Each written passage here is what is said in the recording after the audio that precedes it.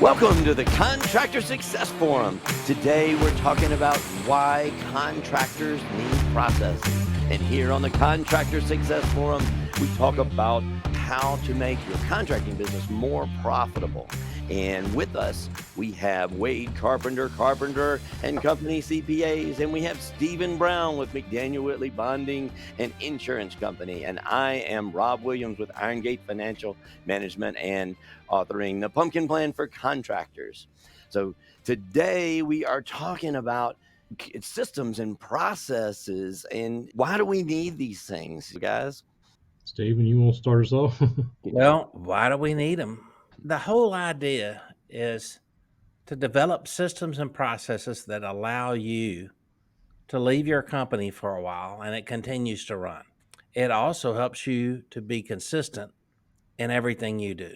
So you have good things that you do and bad things that you do. So you want to take the good things that you do and develop systems and processes so that you do it over and over again. They say the secret to running a good restaurant is to have the food quality consistent over and over again.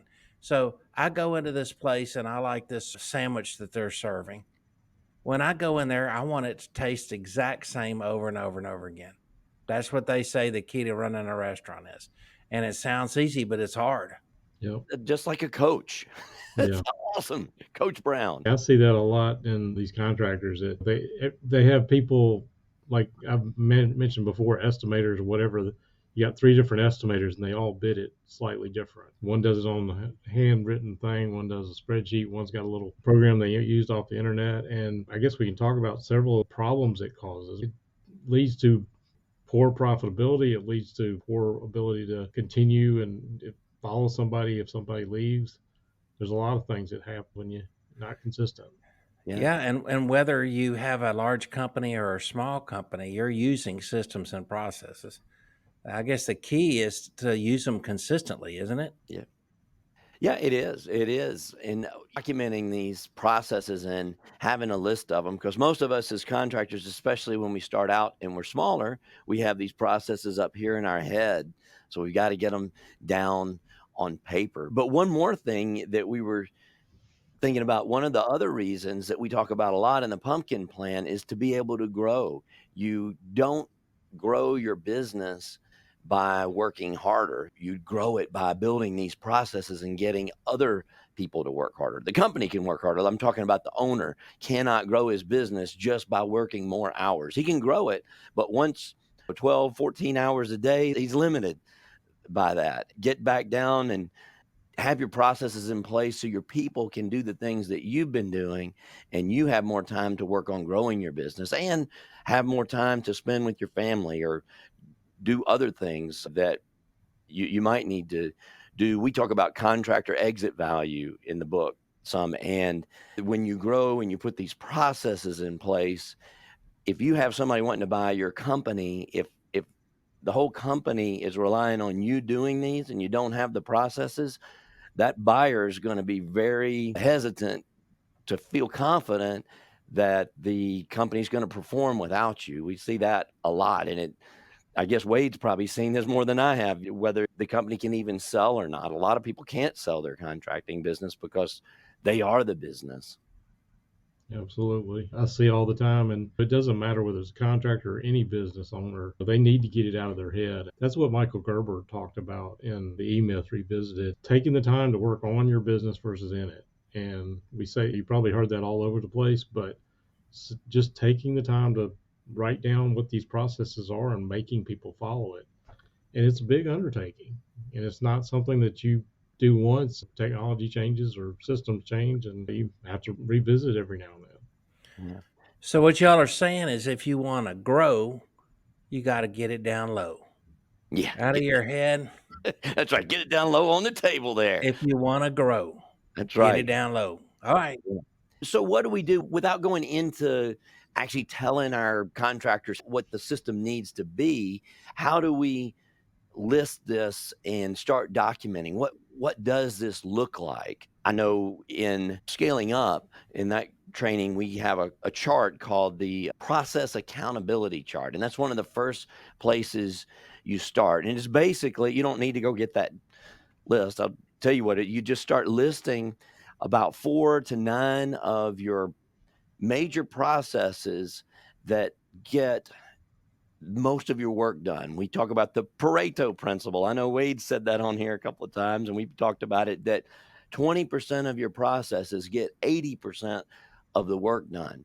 And those are the ones that you want to start, and you want to work on those 20% of the processes. And I know we say it's usually 4 to 9 processes, and you get those.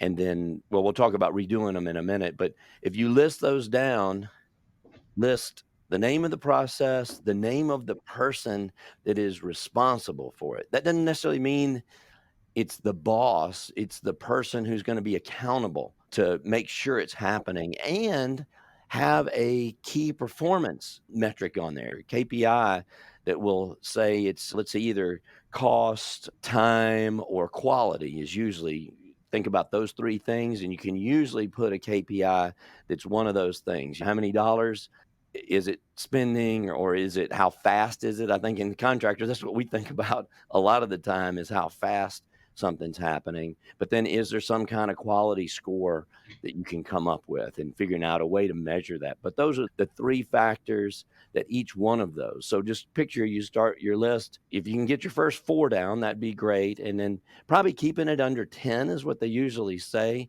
to have that, although you're going to have lots of little procedures. But the major process, that's the other thing they call it. A process is the big picture thing, and then the procedures are the little things that you do within the processes. So when I sit down with a contractor, and any business probably should think about this, but I know it can be overwhelming. And instead of just doing the first 10 or whatever, I usually say list every single process you can think of. And when you do that, it's easy to get overwhelmed by that. But what I then tell them to do is go back and look at that, and where can we get early yardage? Early yardage means either can we save time or can we save money? Especially if we can save time, we can generate some time to free up to work on some of these other things.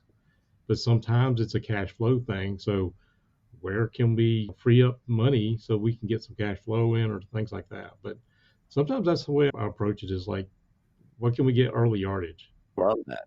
That's a great process. Yeah, that makes it easier to think about. And that a lot of times, yeah, you can write it down on there and then just start ranking them. What we do in our Friday meetings, you write down everything you got to do, and then start circling the ones that you think are important. And if you know it's not going to be a top 10, you can cross it out, and that'll leave you with the smaller bundle. And then just start ranking them. Usually we rank them by the top 3, because it's hard to rank all 7 or 8, but if you can just rank 3, put the check marks next to those 3, and then rank those 1, 2, 3, and that's where you start. When you do this, you want to take one after you get your initial ones in there. You want to take and redo one of those every quarter. So like every 2 years, you've revamped and completely redone one of those. So you don't let it go more than 2 years. It doesn't mean you don't redo them if they need redoing in the middle, but every quarter you got to re-examine them. So it's another time schedule to keep. I guess your process of processes, of Yeah. making the processes. Stephen, want to chime in on that? If you want to grow, you got to get it down low. Okay, well, that's his theme of the day, I guess. But Yeah. No, I appreciate you including me, Wade, because I'm sitting here listening to the two of you, and as always, the business books that you both read, just it's your hobby. You do it 24/7 in your spare time. I could never catch up with you. From a construction standpoint and understanding processes and systems, I like the fact that you talk about how to get started, throw them down, get them down, and then, Rob, like you were saying, when you have to evaluate them. So can y'all give me an example of just walking a contractor through just one process? Well, the simple way that, in years, I can tell you a story. 20 years ago, we had the car plant PhD guys from University of Alabama come into our factory that were running the car plants. And we had all these computer things and these models, and we were so sophisticated, and they were like, throw all that stuff away. We come in here in the conference room, we had a big whiteboard, and he had sticky notes, and he said, what do you do first? And he started putting these sticky notes on a whiteboard, And we called it the spaghetti diagram because you would not believe this was our contract flow of it was our sales process that we were working on.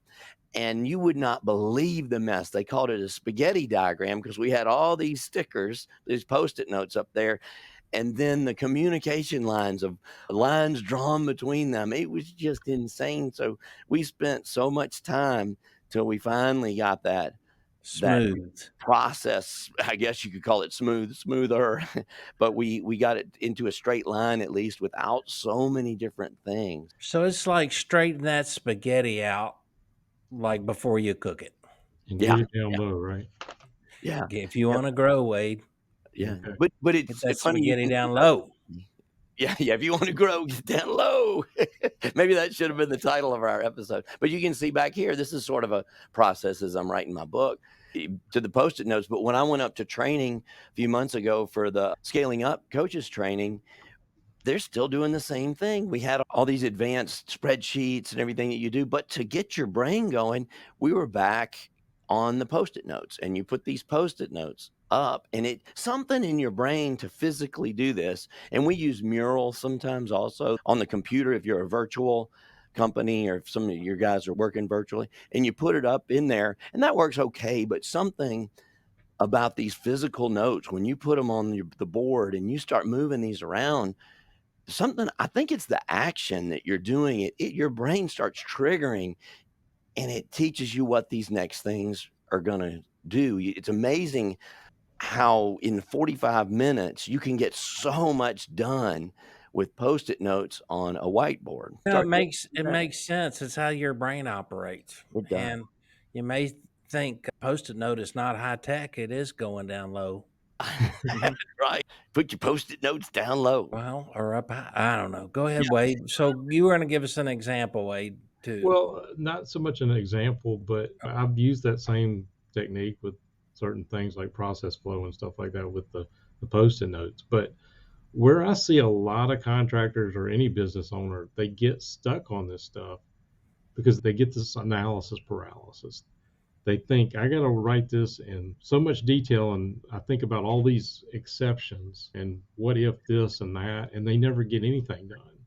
And we talked about Michael Gerber just a minute ago, but our Profit First hero, Mike McAllowitz, also wrote Pumpkin Plan, but he also wrote Clockwork. And the newest version of Clockwork, I think he does a great job of explaining a process that he says that you should get it down on paper or or maybe just throw it out there and let somebody that's never done it before do it and then rewrite it. But if you never get anything down, never get anything started, it never goes anywhere. But somebody that's never done it is going to think about all these other things. And if you start going off on all these tangents on all these exceptions and things like that, you never get it done. So that's my suggestion. Yeah. And as well as go read the newest version of Clockwork by Yeah. Mike Galloway. One other thing that Mike says to do, which is really good, is record it. If it's an office type thing in the computer, you can do screenshots. I had a new sales flow we were trying to do with a product and the invoicing and things. And I was trying to write all this out.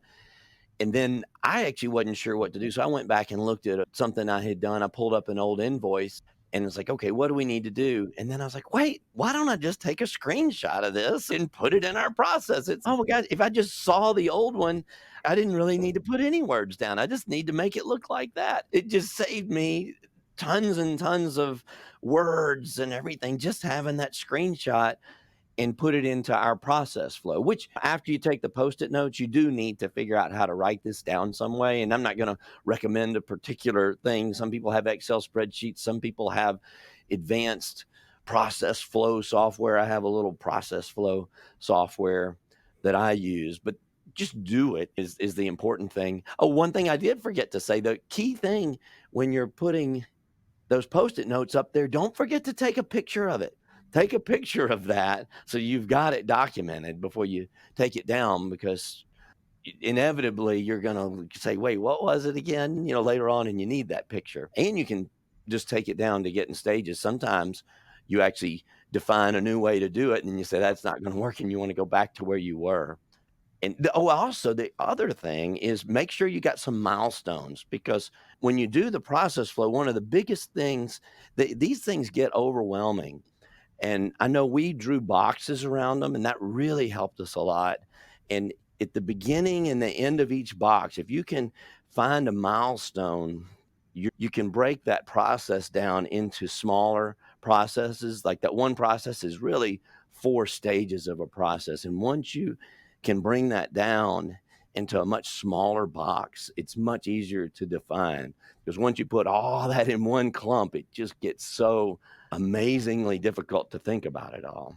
So Post-it Break notes, it down. break it down low. Yeah. Yeah. Yeah. So remember, you've got your list. Let's see, you've got those processes on there. What else do we do, Wade? I was going to say, I tried to come up with, what I would think a generic company. Don't follow these, but I tried to come up with 7 categories for construction specifically to think about. I don't want to get into specifics about how to do them, but really just to spark their imagination, because sometimes they're not sure what categories to do. I know I went through that when I was trying to figure this out. It's like, what is it? So just some examples. Like for me, the first one is your bidding and your sales process, which may be 2 processes for a lot of companies. Your estimating may be completely different than sales. And some people have a quick method of doing it. Some people do the full takeoff and they've got everything before they do the sales. So I'd just say a bidding and sales process is, I think everybody should have that. Yeah. Contracts and change orders. Yep. We just going to throw them out there or what? Yeah, that might be it. Yeah, and then see, that could be, I didn't have it separated. Each company is gonna be different the way they break them down, but is that part of your sales process, or is that a separate process? And I think a lot of the Well, contractors obviously, make change orders that can be a that. huge process. Oh, yeah. Is it a The sub billing and collections, that's Oh, yeah. another process. I got to throw out risk management, Yeah, that's insurance and safety. yeah. Yeah, But safety. that's what I do. So Another one that we forget a lot of times is a hiring process. You might call it onboarding, you may call it hiring. That could be from some of the bigger companies, the way that you recruit and the way that you go out, or it might just be as simple as making sure you get all their documents for the accounting department and whatever else makes it legal. But sometimes it's an onboarding. project management.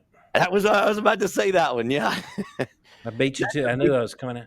Okay. And And then that's really the first thing that everybody kind of, project management is, when we say document a process, to me, that's probably the first one that everybody thinks about. So, yeah, at least I me. got to say accounting too, but Yep. accounting can be broken down into the Yeah. big the receivables and payables, Yeah. job costing, receipt management.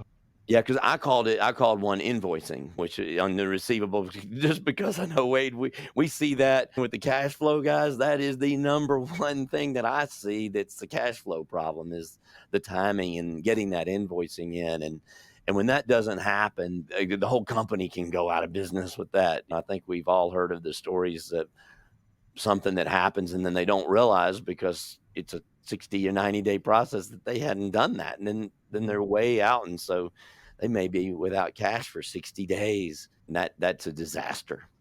Then payments, paying it. I do that a lot of times. I think about that is because of, to me and my business and where we were, the security part of that, because I think we've gone through some episodes where 50% of the contractors have some kind of theft, and then the other 50%, maybe we just don't know about it. We don't know that they were.